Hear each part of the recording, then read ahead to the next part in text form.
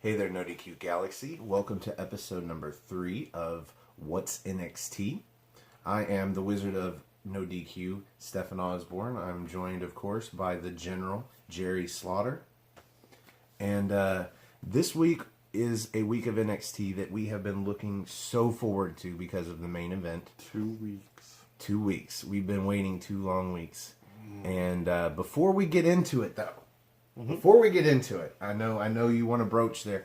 We have 30 minutes worth of NXT. Well, actually, like 40 minutes worth of NXT before the main event. But before we even get to NXT, there's a couple of things that happened in WWE on television over the last couple of days that I want to mention. That I don't think anybody has mentioned of the wrestling podcasts and the videos that I've watched. I don't believe anybody has mentioned at least one of them. And that is where Paul Heyman was doing a promo on Raw for Brock Lesnar, essentially saying that Brock Lesnar is home and he is where he will be until the crown jewel, and he is enjoying his wonderful Brock Lesnar life. Yep. But somewhere in the program, or in the promo, Paul Heyman starts saying that he is going to tell you what's going to happen as if it was predetermined. And he drops that no word. He said the word predetermined. And it was so weird to hear Corey Graves come over his microphone and talk over Paul Heyman during a promo, because that's something that they just don't do. That's very taboo. It's hard to notice that they don't do it, other than the fact that they don't do it. So when they do, you notice. And I backed that up immediately. And I was like, why did that happen? And I noticed that Paul Heyman had said the word predetermined. And I thought that was very interesting, because of course they have a 7-second or 10 or 12 or 15. I don't know what the delay is, but it was long enough for Vince McMahon to get into the mic for the director and say, hey, we got to do something to cover up Paul Heyman saying that word. And they got Corey Graves just in time to say, is Brock Lesnar even here tonight? And I believe Wrestle Talk mentioned that he said that, and they were like, why did he say that? And I'm telling you, he said that because Paul Heyman said the word predetermined. And why is this important enough to bring up on an NXT broadcast? Well, I just thought it was interesting because they cut that out of his promo as he said it, or just after he said it. Paul Heyman must not only be getting not freelance, but the freedom to write his own promos, but they are not getting double checked, at least not by Vince McMahon. Somebody missed him saying the word predetermined, and then there's gonna. I wonder if we're gonna see any backlash from that. It would shock me at all. Because that's, if you really think about it, even as bad as them doing some of the charity work that they present to you in the ring from superstars that are supposed to be heels and things like that, you know, that kind of breaks kayfabe. But to actually say the word predetermined, that's worse than dropping probably an S-bomb. Probably not as bad as an F-bomb. Why am I saying shit or fuck? Yes. If somebody accidentally said shit, they can bleep it out or mute it out. They can do the same with fuck. But they can't deliberately mute out Paul Heyman saying a word because you can see him say it.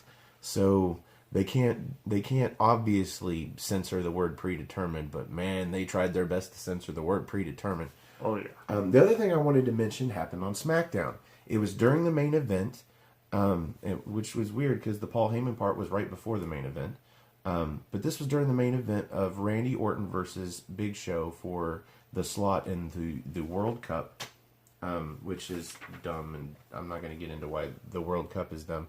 But after the spot where the Big Show takes a draping DDT over the top rope, they do a split screen or a box-in-box replay of the draping DDT. And during that replay, you can hear Shane McMahon, I guess his pipe feed to the commentators got put on live TV. And you can hear him for a couple of seconds trying to instruct the commentators on, I think he said something about how they were going to react or respond to something. But I didn't get all of it. I swear I backed this up 10 or 12 times, and that's not even That's literal. That's not exaggeration. Like, that's not exaggeration. I backed it up 10 or 12 times because at first I wasn't sure who said it, and then you can tell it's Shane McMahon, because who else would it be that sounds like Shane McMahon? Shane McMahon makes sense. Yeah. And then I backed it up several times trying to figure out what he was saying, and it's really difficult because you can hear Corey Graves talking at the same time, plus all the audience and background noise. I just thought that was interesting because it shows that Shane McMahon, even though we're not seeing him on SmackDown Live in an on-camera role as the, not the general manager, the commissioner. Still very prominent in SmackDown. the backstage area. Yeah, that spot we saw several months ago where Roman Reigns went back and confronted Vince McMahon about Brock Lesnar, where Vince and Shane are sitting gorilla position. That seems to be not kayfabe. That is real. That is what they do at Raw and SmackDown, is sit there and I guess run the show.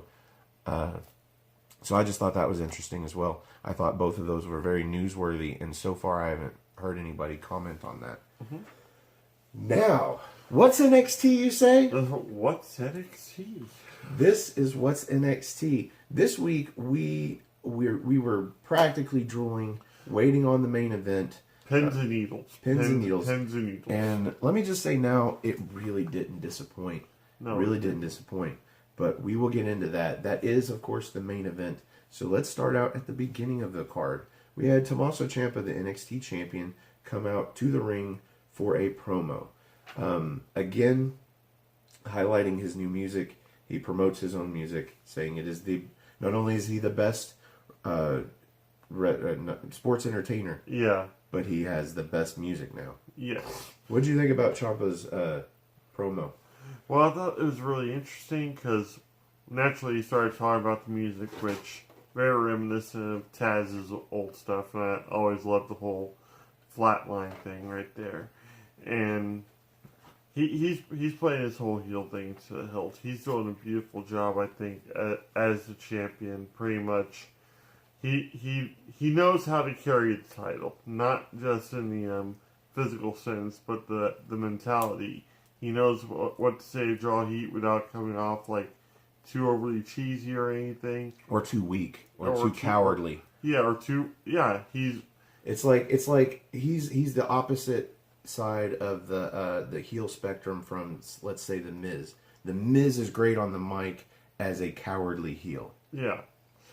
Whereas Ciampa is just so delusional at this point, and but he's also got his thing where he talks to the belt and the belt talks to him.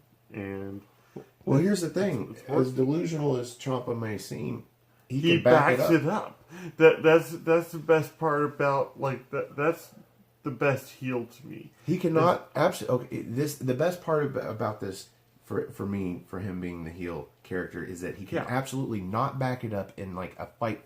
Like, fight breaks out in the middle of a promo or anything where, it's so weird. Have you ever noticed that sometimes when wrestlers get hit with punches, it completely obliterates them? Like, outside of the ring bell, a punch to the face is really bad. Like, it'll take them out for a while. Like, it's weird like that. Like, you get attacked in the backstage area with stuff that you would see in 3% of your match, and you'd still come back in the match. But this lays you out.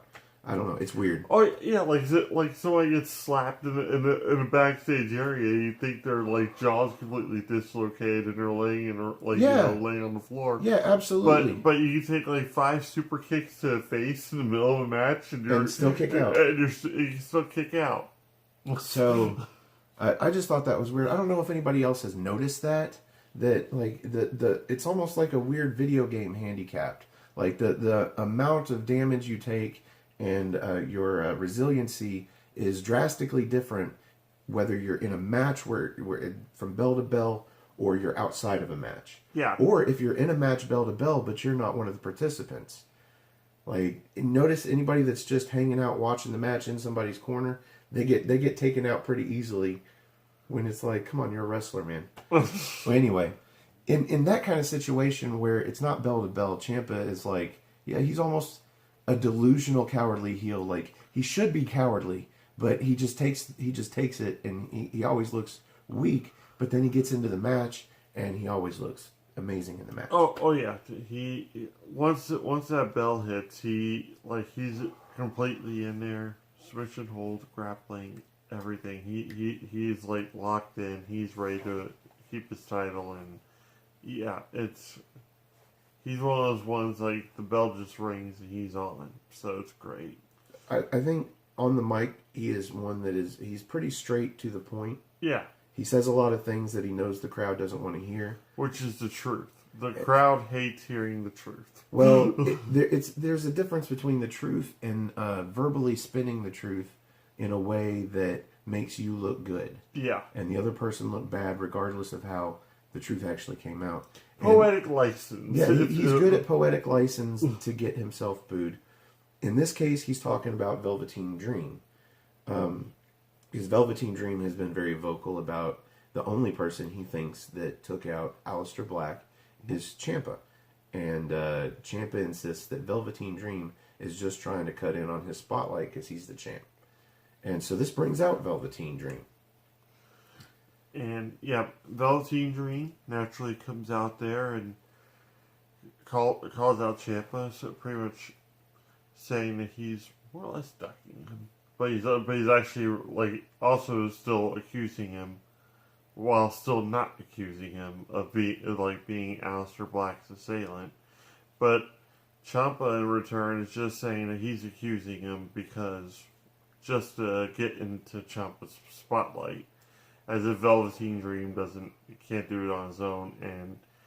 But he also, Ciampa in his own way, starts talking to the belt. They start conversing. Yeah. And they both agree that Velveteen Dream is not tough enough to be in a ring with Ciampa, and the crowd just ate that up. Yeah, that's the difference between a smart crowd and your generic, let's say, big event WWE show. Yeah. Maybe if it was a place like Chicago, people might get that joke. But I thought that was a good joke. That was pretty much a Yo Mama joke. It had everybody in the crowd like, oh. No. Well, Velveteen Dream basically confirmed like part of Ciampa's accusation. Yeah. I mean, he basically came out to challenge for the NXT title. Yep. And Ciampa is saying that he's trying to steal his spotlight. I'm like, well, maybe because he says that Velveteen doesn't really believe that Ciampa did it. Yeah. He's just saying that Ciampa did it because he wants to move in on the spotlight. Well, he wants to move in on the title. And I'm not really sure whether he believes that Ciampa did it or not. At this point, I don't think it matters. We're heading into this feud anyway. Yes. And hopefully it turns into a really great match. It looks like it will. I wonder if it's going to go down at War Games or if it's going to go down on NXT in about a month. And then at War Games, we're going to see the return of Aleister Black for the NXT title. That's also one thing. That's something to ponder right there, because NXT is just notorious for putting these main event matches that you could usually wait, or have to pay mad money for in some way, shape, or form. But they'll actually build it up for about 2 weeks to the point where it's at that boiling point. And they'll just put it like straight up on like an hour of television, like we had with the triple threat match we're going to talk about here in a little bit. And they'll put on a 5-star match like it's nothing. Yeah, and they just give it away on weekly television because that's all they've got for 3 months or 4 months at a time. Yep. And I enjoy it. It gives you a reason to watch the show on a weekly basis, and they pretty much consistently give you at least one match in an hour's time per week that gives you a reason to watch. Oh yeah, they've gotten that down to a science, and that's what we were talking about this last time, was the fact that their booking that they do on these shows is just brilliant. Like the women's match, I think that kicked off last week, was it? Yes. Yes, LeRae versus Evans. Beautiful match, and there wasn't really a lot of build up to it, but it was just enough that you're like, oh man, I can see this on a pay-per-view card, or oh man, this could even headline Evolution when they were going to be doing that, or close to it, since we already have the main event. It could be on Evolution. It could I be don't on know if Evolution. it would headline. Okay, If those two worked their way up by the time they did, I'm sure they could put on a match that would have headline Evolution. Oh yeah. That one in particular, it would be definitely worthy of Evolution. Yeah. But, yeah, from there... Well, speaking of the women's division. Speaking of the women's division. I was about to say... In amongst Velveteen Dream and Ciampa talking to the title. This threw me a little bit. Nikki Cross comes out. Nikki Cross... And for some reason, the crowd immediately starts chanting for a triple threat. And, like, there's no way that they're going to do that. And they put an exclamation point on that because in amongst Nikki Cross's crazy babble, she ends up popping Velveteen Dream in the mouth, and he looks like he's about to slap a bitch. Yes. And then he realizes that it's a woman and he's a man, and this is TV, and he cools it. The fringe was about to fly because he's wearing one of the coolest fringe jackets that they have seen in a very long time. It was very, what you said, Macho Man-esque. And Ciampa was getting ready to use his greatest weapon, the microphone, and she smacks it out of his hand onto the floor. And then she, it's more crazy Nikki Cross speak, and she gets down on the mat and talks into the microphone that's laying on the mat and says that she knows what Ciampa did, I think, is kind of like what... Even before that, the crowd started chanting, Nikki knows a secret. Yeah, Nikki knows a secret chant. You gotta love the NXT crowd. I love them. Somebody comes up with a good chant and yells it loud enough, and everybody's going to be like, yeah, that's the one, and everybody's going to chant it with you. Because it only takes one person to be heard in the entire arena, I believe. At least in half of it. Well, Full Sail's good about that, because it's got that almost like the bingo halls that ECW and everybody used to operate out of. You actually hear just one person chant something, and it's like, okay, this makes sense. We're latching onto it. Let's do this. I wonder if they designed the acoustics for the building with that in mind. That'd be something to ask a guy, say Triple H. Yeah. Well, we go from this, and I'm just gonna say, Nikki Cross says she knows, and then they kind of end it. Yeah. And then we're going from this into a match. Yes. The only other match on the card other than the main event. 2 matches. But it is Keith Lee and Kona Reeves. And before you scoff at Kona Reeves, this man came out and he put on a really good match, fairly short, but really good match with Keith Lee. And this is a different Kona Reeves than I have seen in the past several months. Now, you are new to Kona Reeves. Yeah, this was my first Kona Reeves match, so I didn't really have much to base it on, but by God, did he do a good job. But he didn't do good enough. Nope. This was a pretty... There was a couple of good spots. There was Lee with a belly-to-belly throw over the top rope, took Kona Reeves to the outside. And this is where Kona Reeves turned around in the match for me. Because this pissed off Kona Reeves. Yeah, I'm not sure. He's Hawaiian, correct? Yes, he's Hawaiian. He more or less landed. He could have landed right on his head.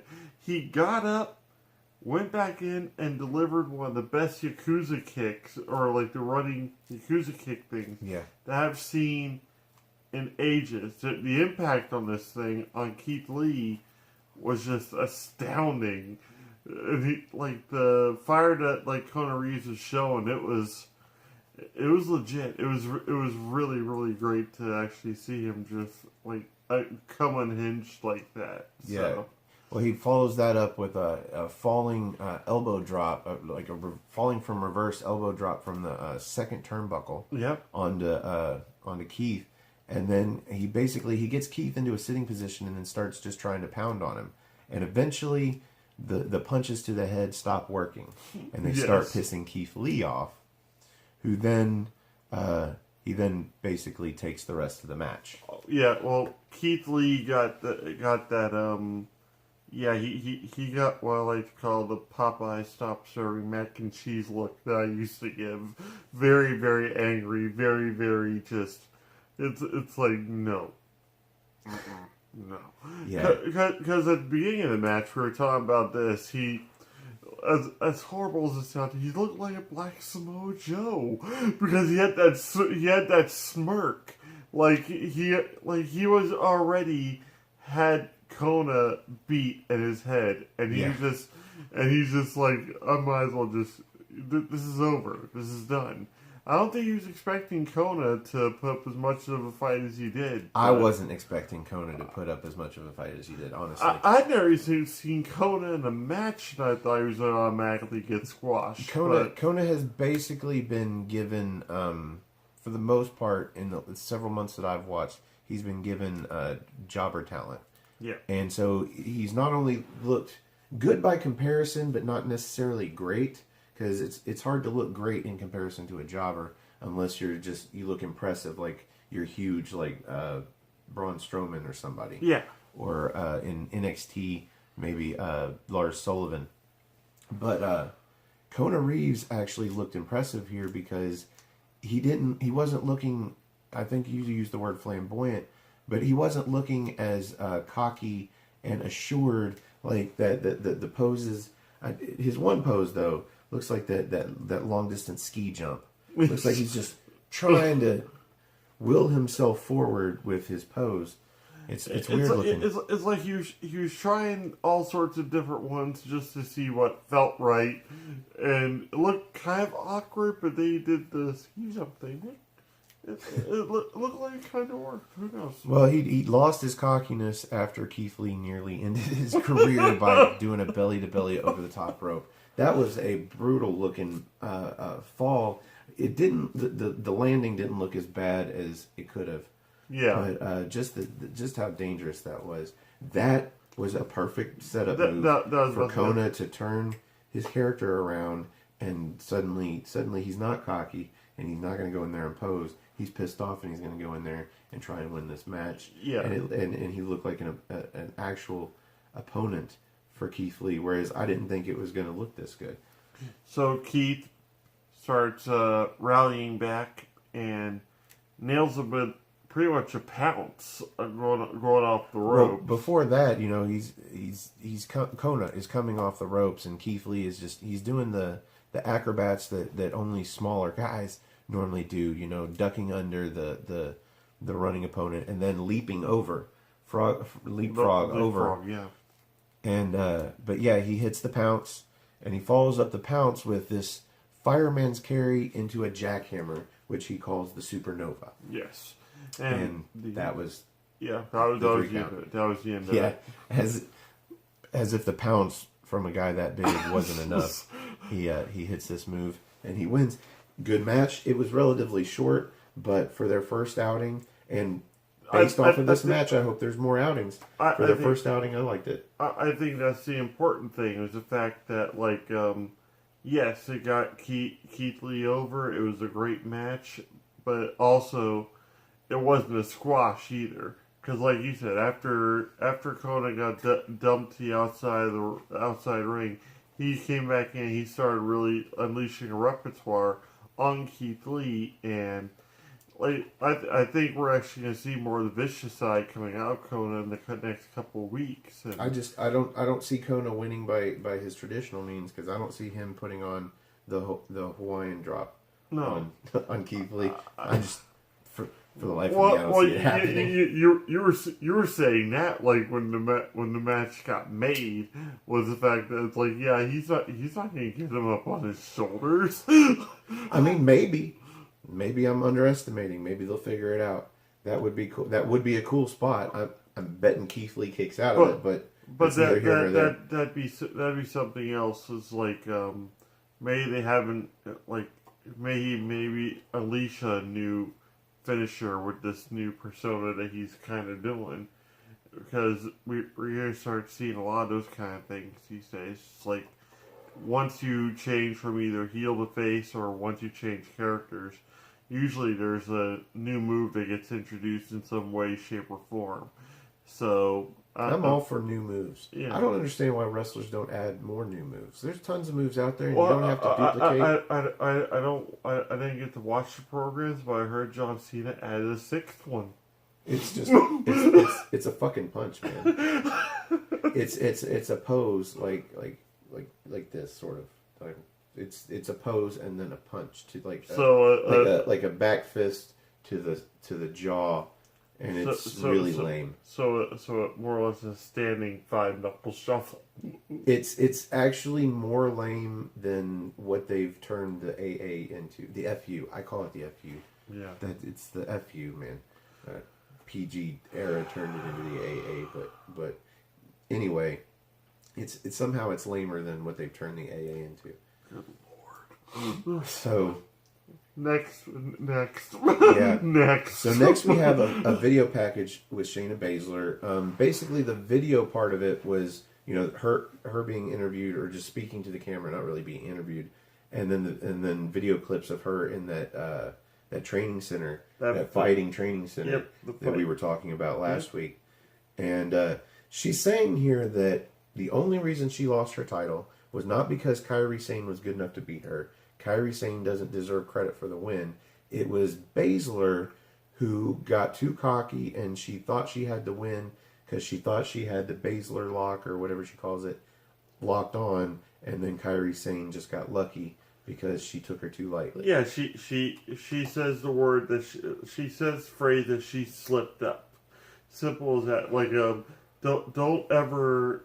She's pretty much telling the NXT crowd or any naysayers or anything, don't ever say that Kairi Sane is better than me.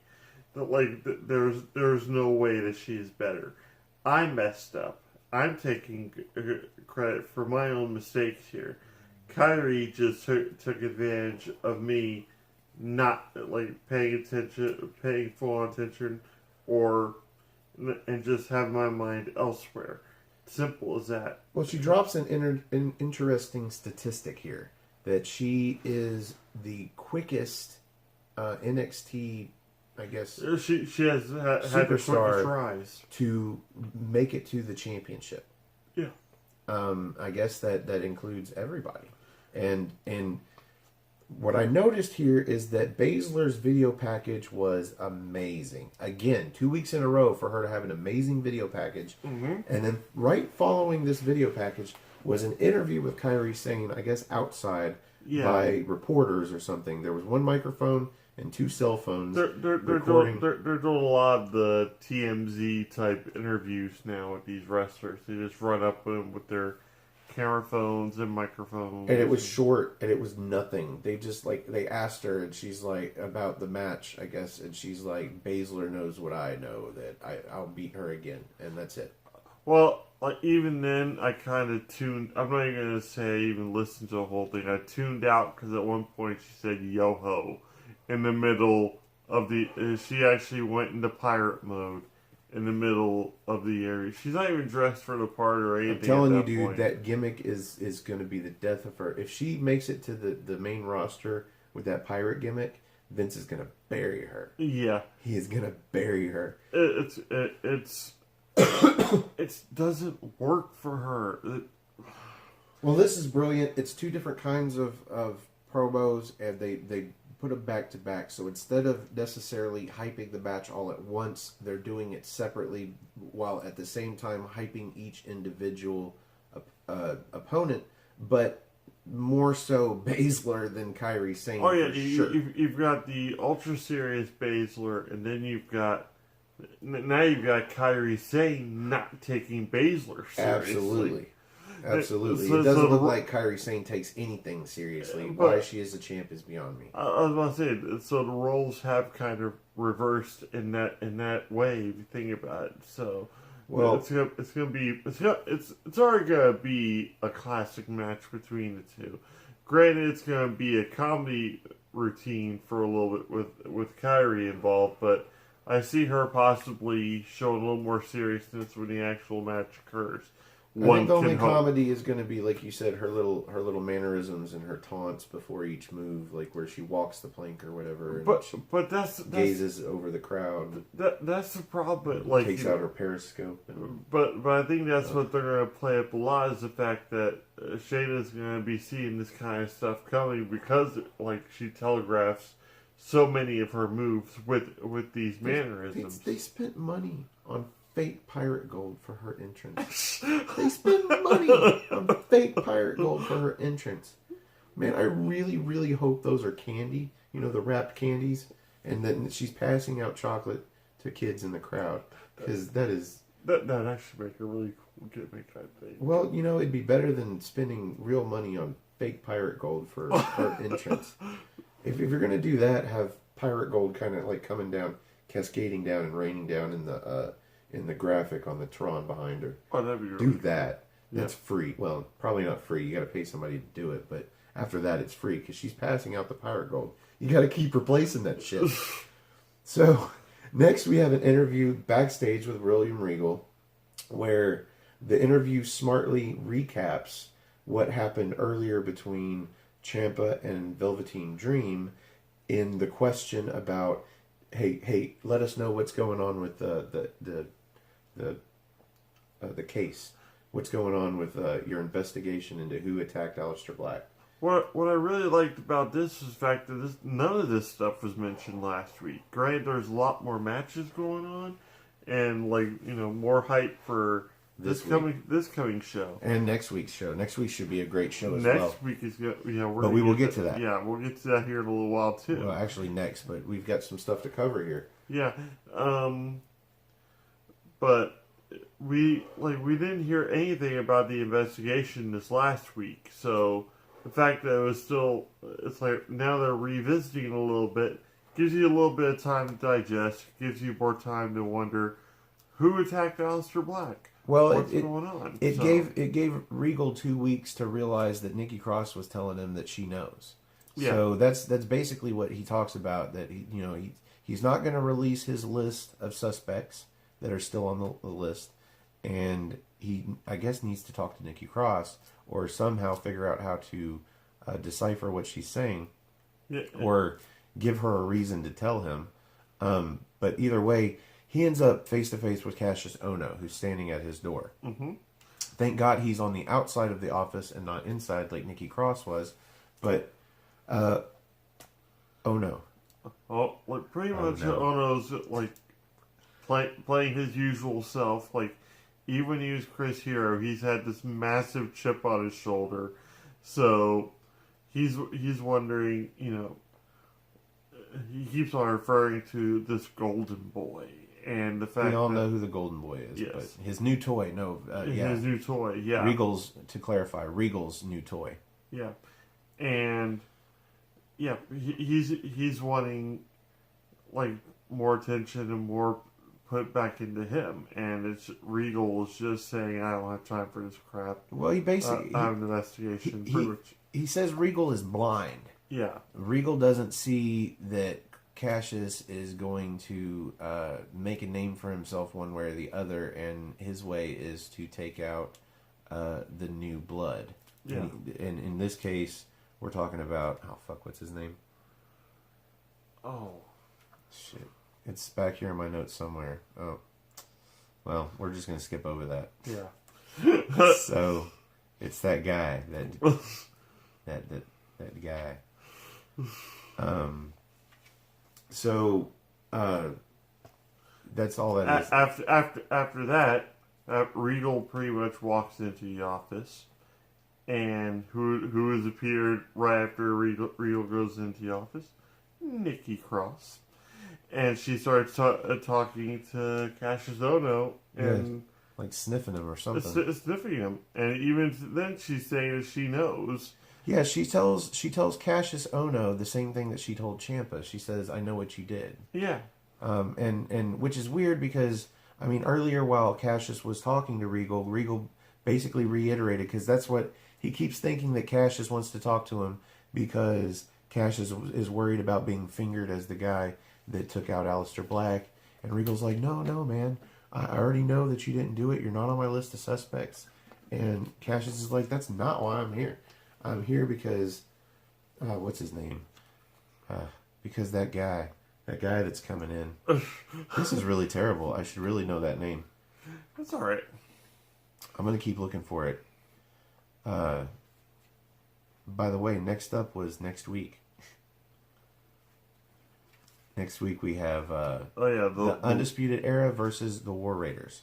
That's gonna be an awesome match too. Tag belts on the line. Great video package, like with just both teams just burying each other. You have the Undisputed Era more or less questioning the whole Viking look that these guys have and everything, and pretty much the War Raiders pretty much is still in Viking mode, saying they're going to destroy the Undisputed Era before it really even starts. Yeah, they take it all the way back to NXT TakeOver Chicago 4, where the War Raiders basically they jumped in the ring at the end of the tag team match with who was it? Was it Mustache? No. Yeah, it was Mustache Mountain. Yeah, or Undisputed Era defeated Mustache Mountain, mm-hmm. and the War Raiders jumped in, and so that's where they take the feud back to. And it was a pretty good video package. It looks like to us that they're setting up for the War Raiders to side with Ricochet. Yeah. And this is going to lead into War Games. So this will be one of the teams. You'll have the Undisputed Era, you'll have Cole, Fish, and Bobby. Yep. And you'll have the War Raiders with Ricochet. Yep. We're not sure yet is who the third team is going to be. Is it going to be Pete Dunne with Mustache Mountain? Or is it going to be like the Forgotten Sons? Could be the Forgotten Sons. We actually did think maybe Forgotten Sons would actually be, thrown into the mix and possibly make Jackson Riker contender for a contender for the North American Championship. Yeah. Mm-hmm. So that was our idea, is that if they did that, no matter who it was as the third team, whether it be Pete Dunne and the Mustache Mountain, or whether it be the Forgotten Sons, you could have all or both titles on the line: the NXT North American Championship and the NXT Tag Team Championships. Yep. And whichever team wins War Games wins all the gold. Yeah, all the gold. So we thought that would be a great idea. To the victors go the spoils. Yeah, there you go. Let's see. Next week we're also going to see Nikki Cross finally have her rematch with Bianca Belair, and that is hopefully based on the way they've been promoting this match. It looks like it's going to be Bianca Belair at her best. Yeah, because she's determined to win that match and stay undefeated. Undefeated.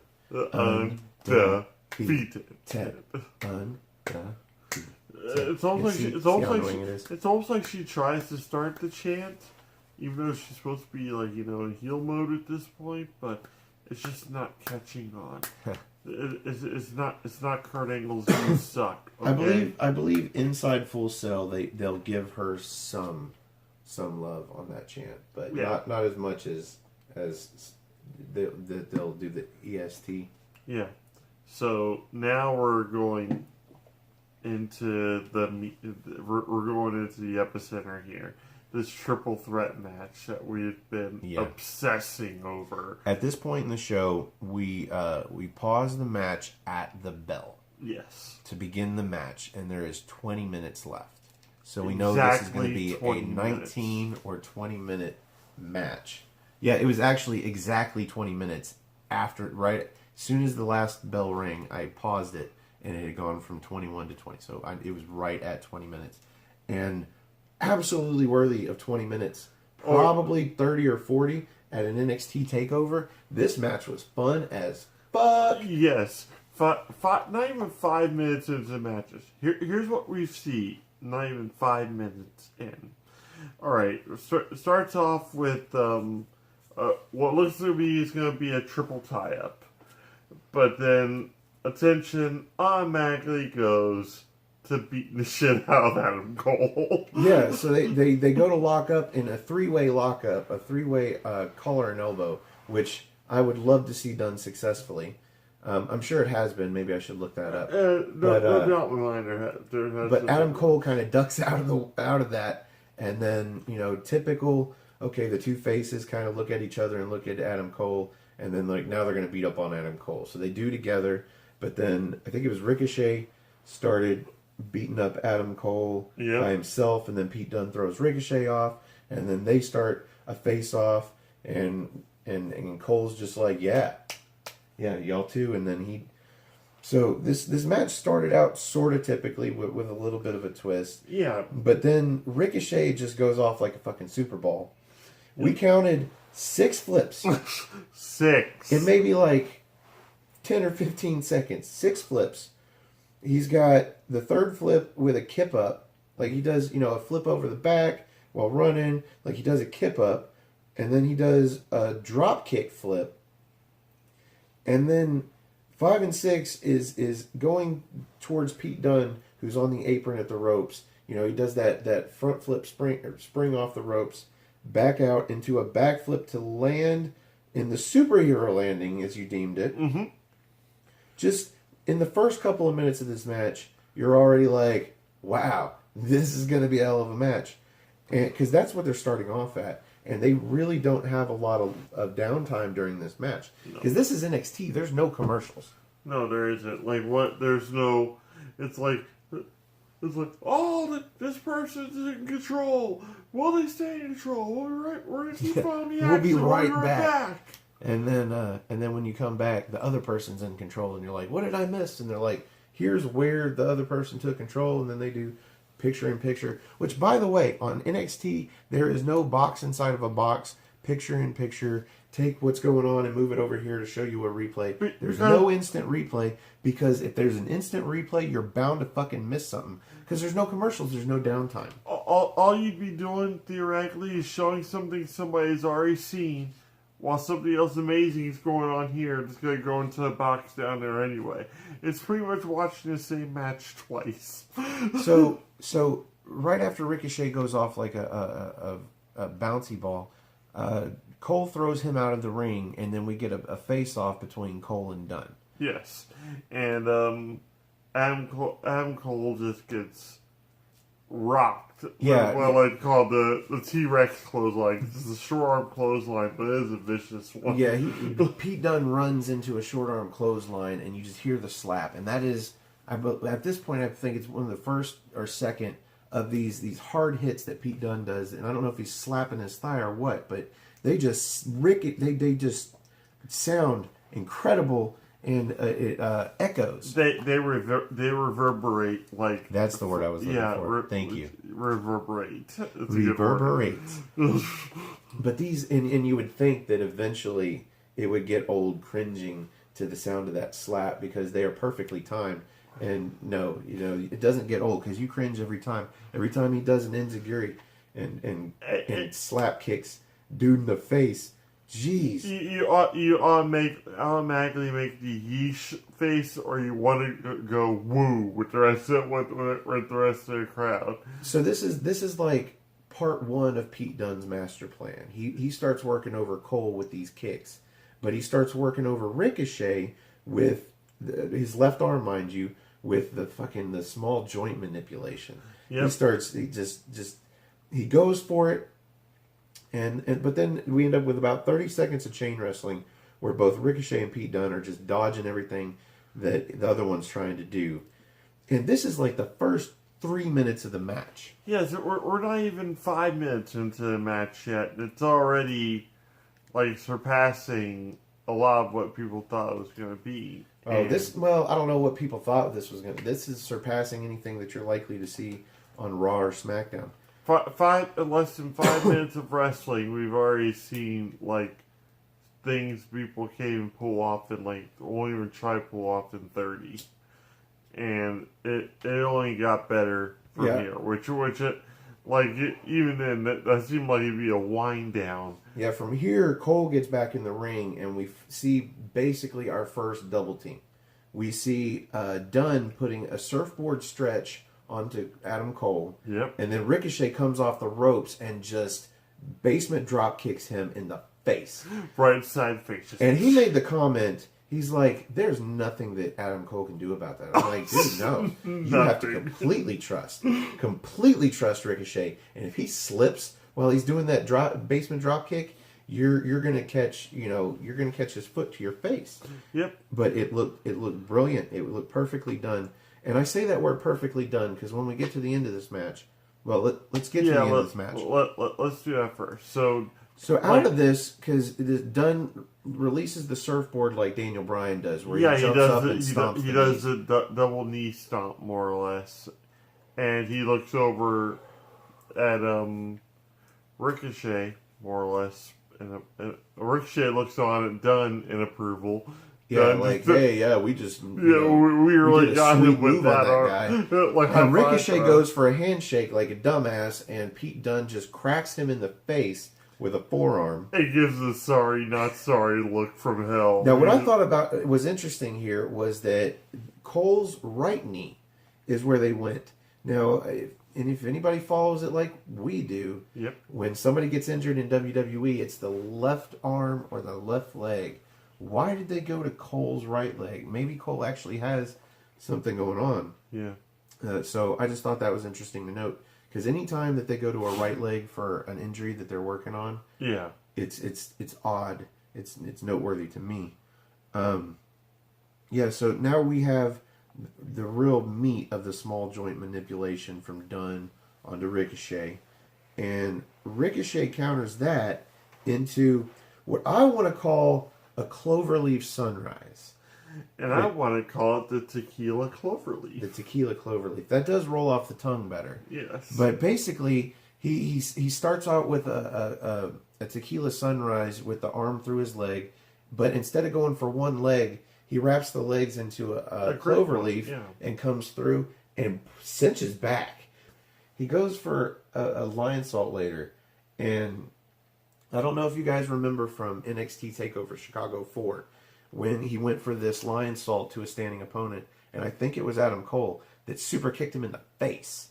Yes. In this case, freaking both Adam Cole and Pete Dunne, they were kind of like short-legged super kicks, but they both kicked Ricochet in the face, and that was how do you top the original? Oh, you just have him take 2 super kicks at once, and then all 3 men were fucking down. Yep. But this is actually getting a little ahead. I was about to say we that's a little bit further into the match. We're still not even. I don't even think 4 minutes into this match. Yeah, that's how much I have. I have over 2 pages of notes on this match, and I was going sparingly. And then we have what I call the Owen Seguri, because nobody, in my opinion, delivered an Seguri quite like Owen Hart, but the Seguri that Pete Dunne nailed. Like the impact and everything was just beautiful on it. So we had Adam Cole hit a V trigger onto Pete Dunne.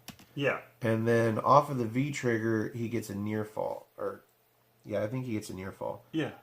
But then Ricochet comes in. The first near fall of the match. Ricochet comes in and he gets Cole down while Dunne is on the outside.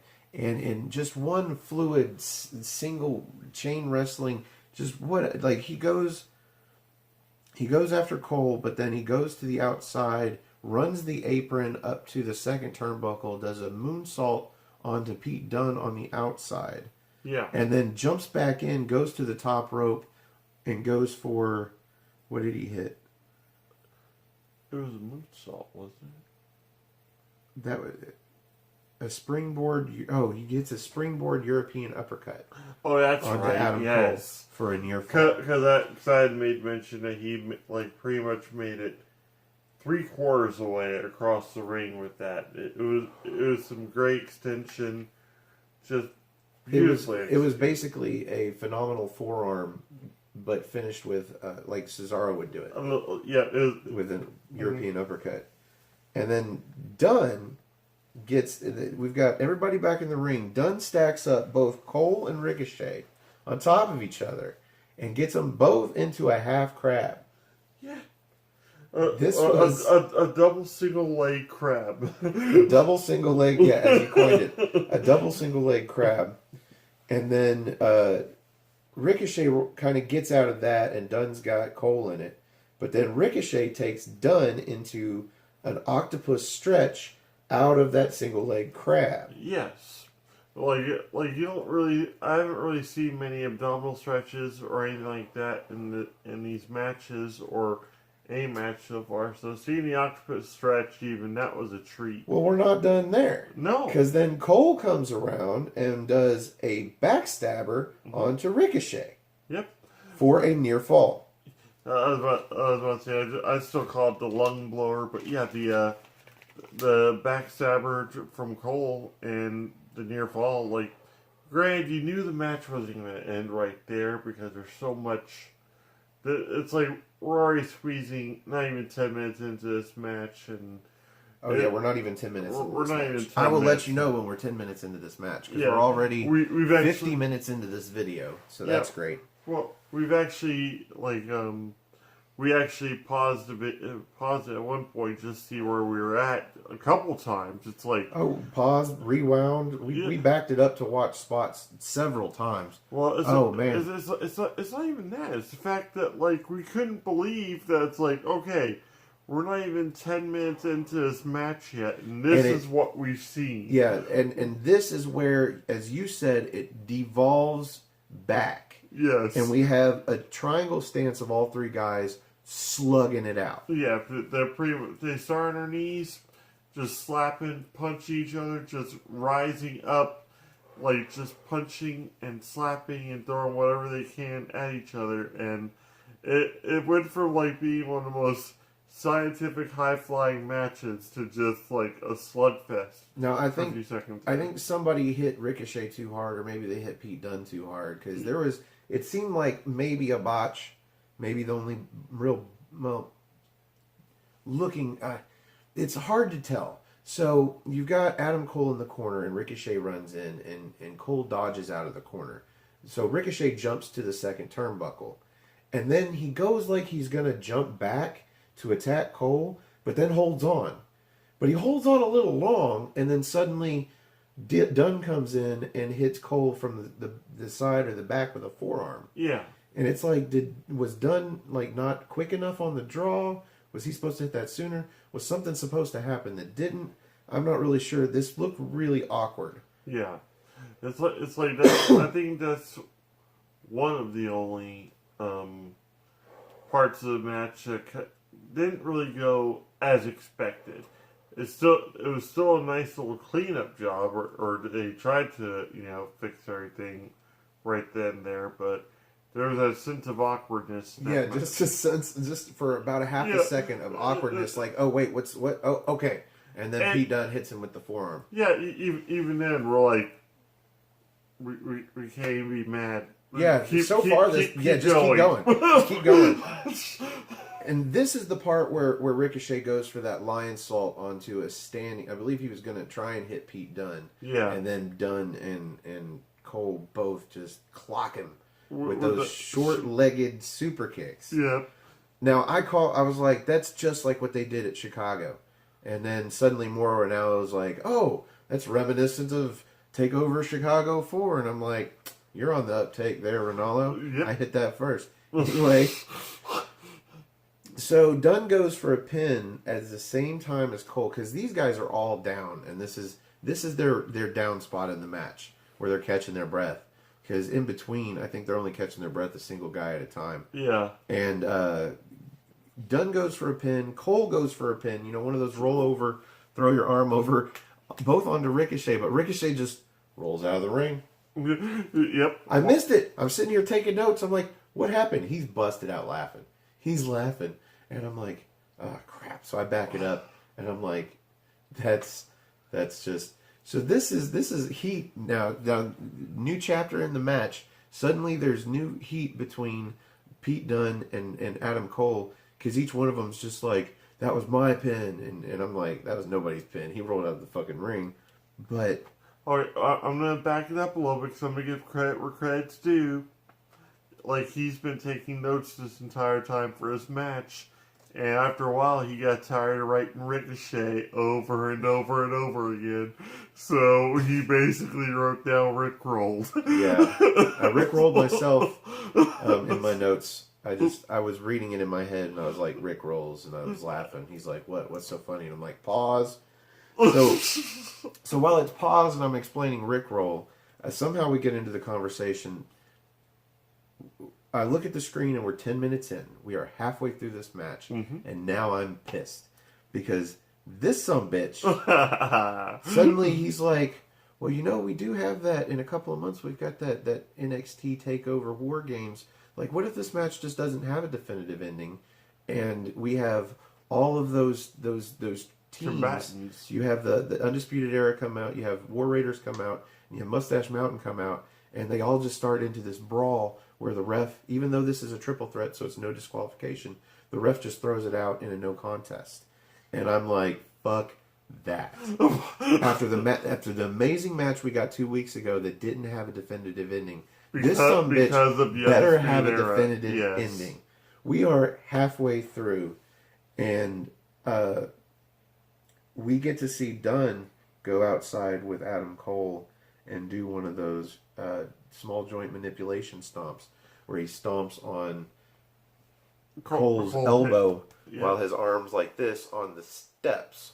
Yes. This match went everywhere. Like, it really showed and highlighted the strengths of everybody and made them not only look good but look brutal. Yes. And that was one of the spots that that's something that's always like been weird with me. Yeah, I like the aerial things that like some of you guys are able to do, but same time when there's like little to no impact to them, or if it's just more flash and it's like, yeah, what it doesn't. Like, I think Neville's finishing move, what is it, the red arrow? Yeah. Like, it's all flash.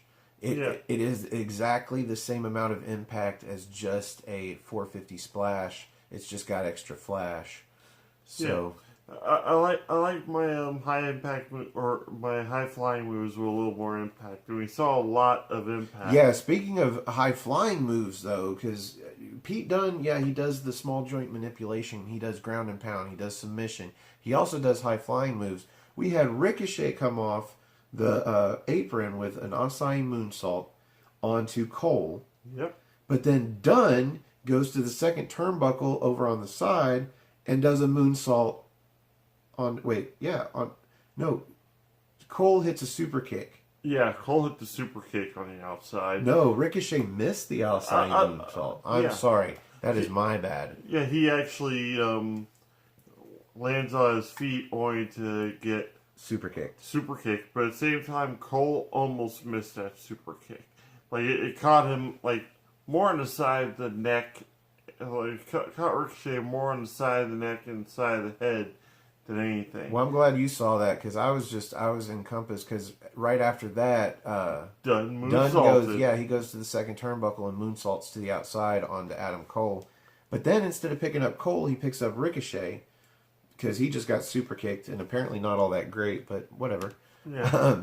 He throws Ricochet in the ring and gives him the X-Plex into a powerbomb. And it was kind of dirty looking. I wouldn't call it a botch, but it was dirty looking. It looked like he didn't get all of it, which is fine, because he didn't get the pin, because Cole comes in to break it up. It was a quick setup. It was quickly executed. It was very crude looking. It wasn't high impact, but it was enough that it left me a little bit dizzy. I'm like, what just happened here?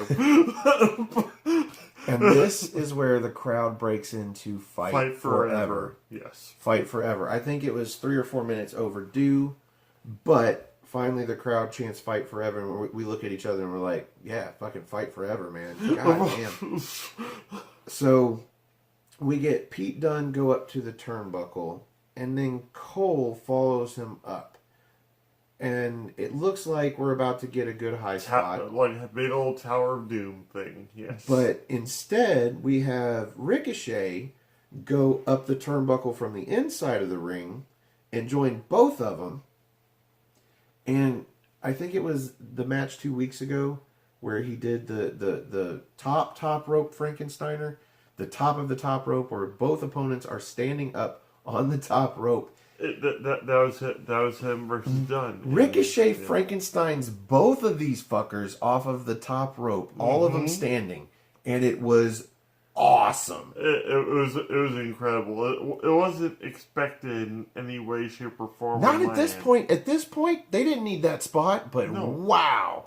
That it could have gone wrong, but God, did it go right. It was a big payoff for a big move, and it was just spectacular to watch. So, at this point, I get Ricochet goes for a reverse Hurricane Rana onto Dunn. It's not the smoothest. He has to grab. He literally grabs the him best by of the it. hair. He grabs him by the hair to get this move to look right, to look like it could actually happen, and it's not just Dunn falling into nothing. And he jumps into a flatliner for a near fall, no fall. I was actually expecting somebody to break up this fall, but no, it was a kick out. Yeah. And so then Ricochet decides to go to the top rope for a 720. And that's where we see Cole finally get up, kicks him off the top rope. And then Dunn hits a bitter end on Cole. And then Ricochet hits a shooting star press into the triangle lock onto Dunn. Yeah. This match just keeps going like this. I was about to say, like, the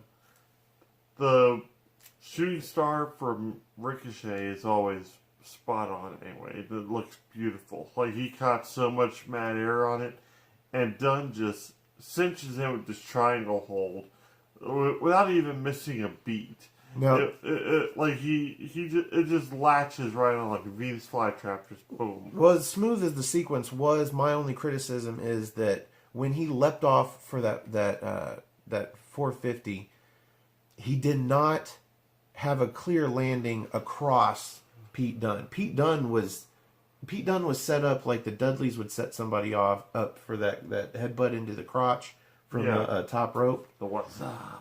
And I'm like, you're not doing the 5-star frog splash. You're not going to twist in midair while you're doing the 450 flip. No. Not likely, anyway. No. And we're sure of that because it was hard enough for, well, we'll get to the end of the match. Yeah. You can tell I'm a little frustrated by the end of the match. But this match was just amazing from beginning to end. And at some point, you're like, these dudes are going to run out of steam. I'm about to say, it didn't slow down. It's like Barney's mixtape. It just went from, like, it started off hard, and then it kept on escalating. And every time they put on a hold, it's not for very long, because this triangle hold immediately goes into Ricochet trying to pick Dunn up for a short arm power, or a single arm power bomb. And then Dunn goes back to the left arm and those fingers. Yes. And he snaps. And I don't know how he makes that snap sound, but he snaps Ricochet's fingers. And like, at the same time, you have, like, Dunn's eyes, he's just completely gone at that point. And then all of a sudden, out of the frame, Here comes Cole with a super kick to Dunn. Yep. And then a last shot knee to Ricochet, takes him out of the ring.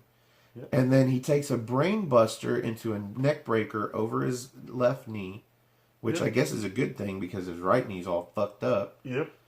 But that's only a near fall. He goes for the pin. Dunn kicks out. That actually surprised me because that could have been the finish right there for me. Yeah, that's where they teased that Adam Cole could have won the match, maybe, but not really because Dunn kicked out. It's not like Ricochet. If you're going to tease that, really, you're going to have Ricochet just break up the pinfall. Maybe pull Cole off of the pin.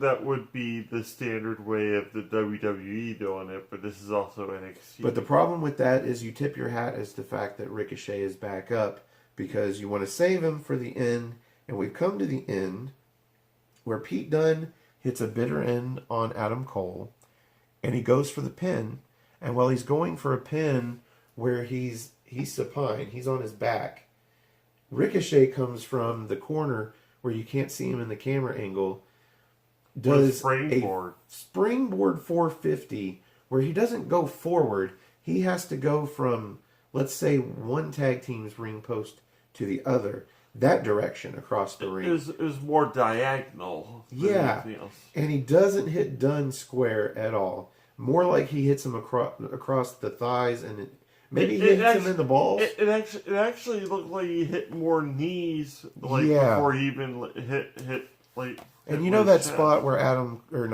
Michael Cole or Tom Phillips or Corey Graves or somebody says, well, it doesn't look like he got all of that. It did not look like that Ricochet got all of that 450, but they replayed it like 3 times because he got the pin. He got the pin out of this.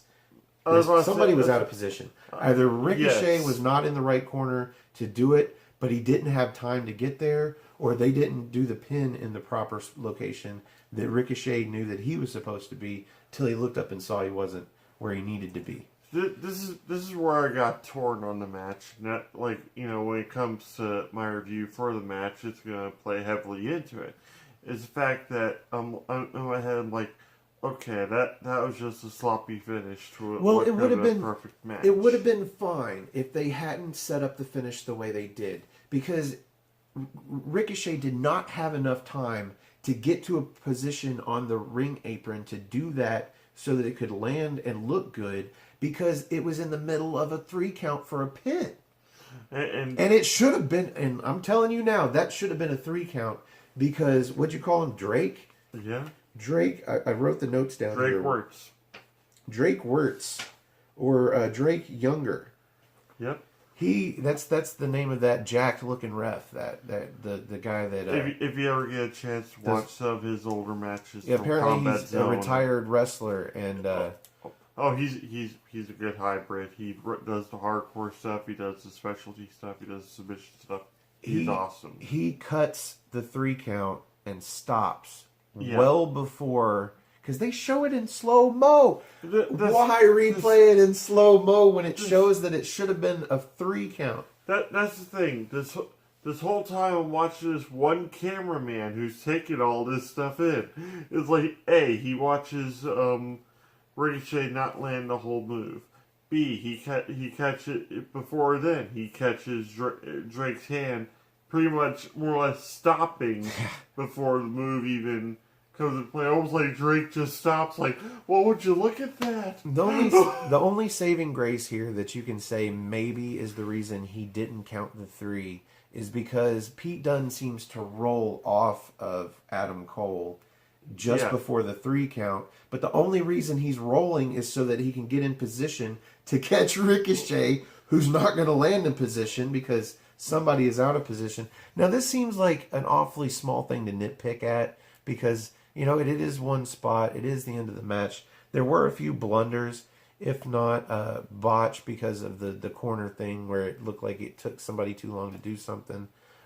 This was still a great match. Yeah, for top to bottom, it was like a phenomenal match. Great spots and everything. Just poor placement on a couple different areas. Yeah. But it was just brilliantly executed and it was definitely worth the wait. It was definitely worth the hype. It had a definitive ending? It had a definitive ending. Not the one I was actually hoping for, but... Yeah, we predicted, of course, the show airs at 8. We actually don't get off work until 11 o'clock on Eastern Time. So we know it's already aired, but we don't watch it. So he predicted Adam Cole to take the title. I just said Ricochet's not losing it here. Because, like, we're getting back to the War Games talk. Because I would have loved to see the Undisputed Era walk in with the North American title and the tag titles. That's true. And then that way, like, they'd have all 3 belts. But there's still time to do that. And there's still plenty of time to get that. But we both agreed that the likelihood of Pete Dunne walking out with 2 champions was the slimmest of likelihoods. Yeah, like, basically, Pete Dunne walked into the match with all of his submission skills and all of his grappling, but he also walked into the match with complete underdog. He walked in there as the not favorite of the match. Well, I don't know about that, but I would say he walked in there with the UK Championship, and that's the problem. But I don't think that. I think that makes him, if anything, he's certainly going to be walking out of the match with the title, whether it's 2 titles or just 1. He's the only guy that goes into the match knowing that he's going to still have a title at the end of this match. Like I was about to say, he really didn't have anything to lose in the match as much as he just had another belt to gain, Well, technically, Adam Cole didn't have anything to lose either, but the only man that did not, and like I called it, Ricochet retained. Um, Still a great match. I had a huge problem with the finish, just in the way it was executed. Just like because it's the finish, that's why it's such a problem for me. If that had been a move where Pete Dunne kicked out and then something else happened, I'd have been fine with it. But that was not a move to finish a match like that. Yeah. When Pete Dunne had already kicked out of that, what was it? It's a fireman. No, it was the brainbuster into the neck breaker. Yeah. Over Adam Cole's left knee. Like if he kicked out of that, then he should have kicked out of that sloppy 450.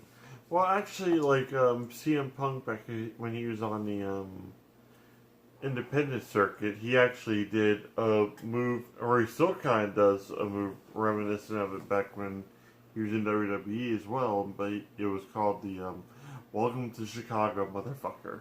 Nice. That's what you would call it. It's pretty much like the, not really the stalling brainbuster type, but was kind of a snap suplex type maneuver into a neck breaker over the knee. Welcome to Chicago, motherfucker. Yes. Well, welcome to What's NXT, motherfucker. On that note, out of the General's 5 stars, because this is our thing. We're not going to rate the show. We're just going to rate the main event. Yes. Because shows can be mixed bags, but I believe that NXT does the main event right at the very least every episode, and it's worth rating. That's the thing. Also, is the fact that yeah, they put matches on the card, but the way they stack the card is beautifully done. They'll actually have like a great mid-card match. They'll have a great warm-up match, and they'll have the last week they'll have a great starter match with that Lacey Evans and LeRae. Yeah, Candice. And it'll just keep on building from there. So with this main event, granted, it had every makings of a 5-star match. The 5-star matches these days are extremely hard to come by. The blueprint of that match was a 5-star match. Yes. Execution-wise is what we got to see tonight on NXT television. Yeah. Based on execution, out of the General's 5 stars, where does Jerry Slaughter rate this match? I still give it about 4.5. Just because the finish, even like what you're talking about with the out position and everything, there was just this one moment that felt like forever with me, where Dunn was laying supine on his back against Adam Cole, and you actually could see him looking up at Ricochet, almost like, is he gonna nail it? Do I need to scoot forward just a little bit? Yeah, it was kind of awkward. It kind of took me out of the match, but at the same time, I'm like, is this how it's going to end? The simple fact that Pete Dunne should have won the match, because that should have been a 3 count. Yeah. Yeah, well, I agree, 4.5 stars. Yeah, so it was great to have the finish. It was good to have the actual 3 count match, no interference, like no other talks of anything else. In a triple threat match where everything goes because nobody can be disqualified, you don't see any interference. Blows my mind, but that's NXT. Oh, what's NXT? Yeah, I was about to say, you didn't have anybody running with the belt. You didn't have anybody pull out a steel chair. This was all wrestling, and that's something else that was kind of throwing me about the match. Was the fact that you have so many triple threat matches that they evolve into something like that. Yeah. There's always that heel, like Adam Cole could have easily ran out of the ring, grabbed a steel chair, or had the Undisputed Era come down and help him out or something. Much more likely, yeah. But he didn't. He didn't. He was ready to just prove to the world that he was the best in the ring. And for the most part, for me, he actually did. He actually put on an extremely good match with 2 extremely, equally talented, if not just Ricochet, just a little more, but I'm pretty sure, even though he's hailed from Paducah, I'm pretty sure he's otherworldly at this point, because that boy pulls off crap that I've never seen in my entire life. But Adam is becoming more and more the next bona fide star of NXT, and this only proves it. If not the North American belt, I see him actually making a run at the actual championship sometime soon. I don't know. I could see him getting called up before he has a chance as well.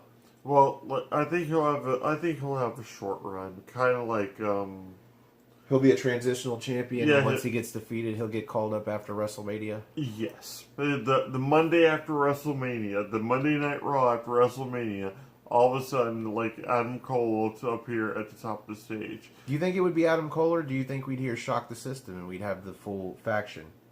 I think the full faction will actually stay down there. I think Bobby Fish will return, and then there's gonna be we talked about this. Yeah, dissension.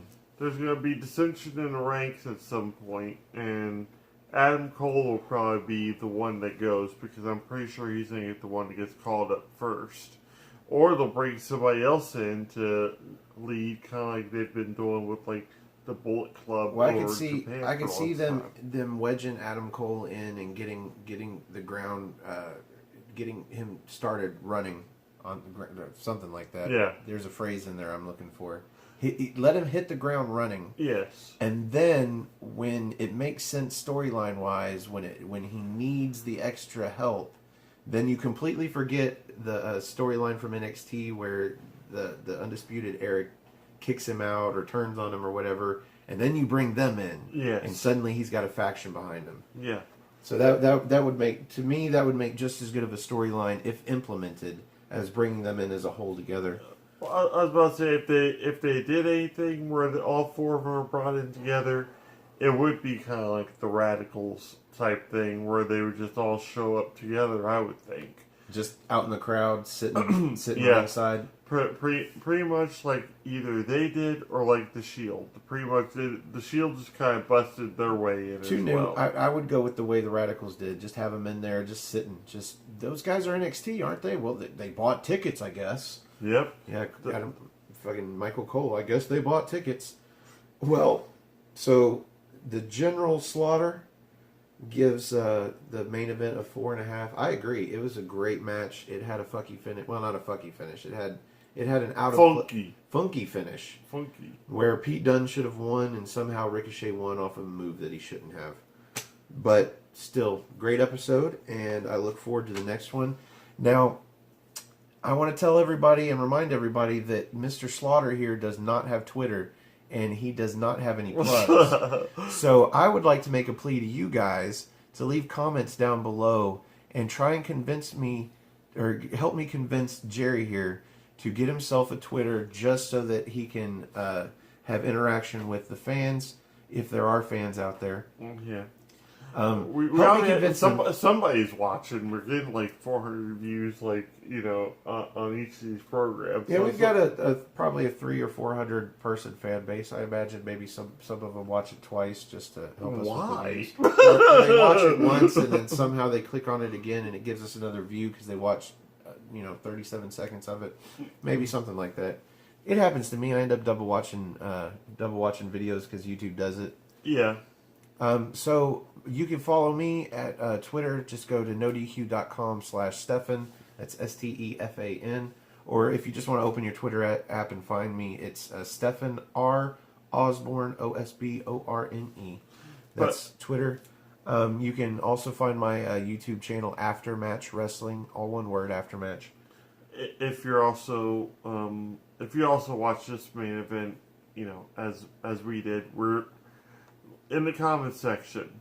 Which do you like better, the tequila cloverleaf? Oh yes. Or do you like the what was it? The cloverleaf sunrise. The cloverleaf sunrise. Yeah, help us. We want to name this move because we thought it was that interesting. Help us name the move. Do you prefer tequila cloverleaf or cloverleaf sunrise?